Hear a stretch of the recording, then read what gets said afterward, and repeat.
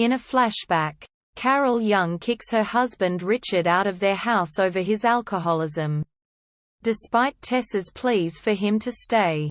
In the present, Tessa and her boyfriend Hardin Scott bring a now homeless Richard to their apartment. Tessa wants to let her father stay so she can build a relationship with him, while Hardin distrusts Richard, even offering him money to leave.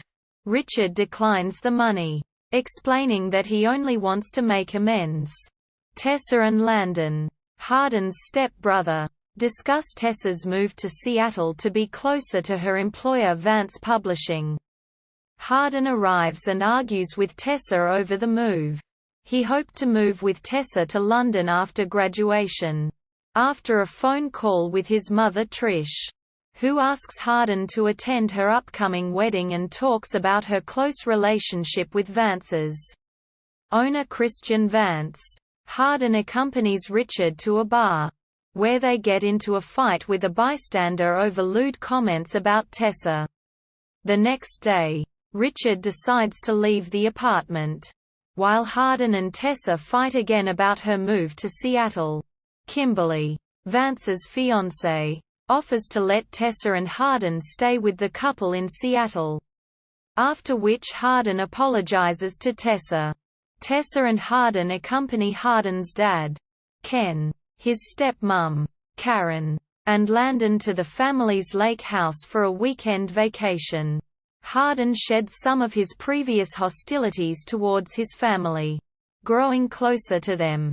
While the family is out for dinner, Hardin encounters her old friend, Lillian, who he introduces to Tessa. Tessa grows jealous of the attention Lillian receives from Hardin and begins to flirt with their waiter Robert. After having sex in a hot tub, Hardin asks Tessa if she ever had emotional feelings towards her coworker, Trevor. Tessa admits she briefly did, causing Hardin to storm away. When Hardin tells Tessa that he is with Lillian, Tessa goes to the restaurant from before and flirts with Robert, who gives her his phone number. Hardin and Lillian arrive, and Lillian explains that she's gay and thus has no romantic or sexual interest in Hardin. When Hardin finds Robert's phone number in Tessa's belongings the next day, the two leave the lake house early. After her move to Seattle, Tessa and Hardin do not speak for several days. Hardin finds Tessa's journal, wherein she describes all the pain caused by her relationship with Hardin. Eventually, the two reconcile, and Hardin takes up boxing as a way of resolving his anger issues. Vance and Kimberly tell Tessa that they are expecting a child. When Hardin has a nightmare of Tessa being unfaithful to him, he surprises Tessa in Seattle, admits to reading her journal, and apologizes for causing her pain. After spending some time together in Seattle, Hardin returns home, where he finds Richard in his apartment, brutally beaten. Richard explains that he had been attacked by men to whom he owed money. Hardin offers Richard a watch to pay off the debt. When Tessa visits her gynecologist to start birth control, she is informed that, because of an issue with her cervix, she may never conceive. Hardin tells Tessa he plans on moving to Seattle in 2 months. Hardin eventually agrees to attend his mother's wedding in London, taking Tessa along and showing her his hometown.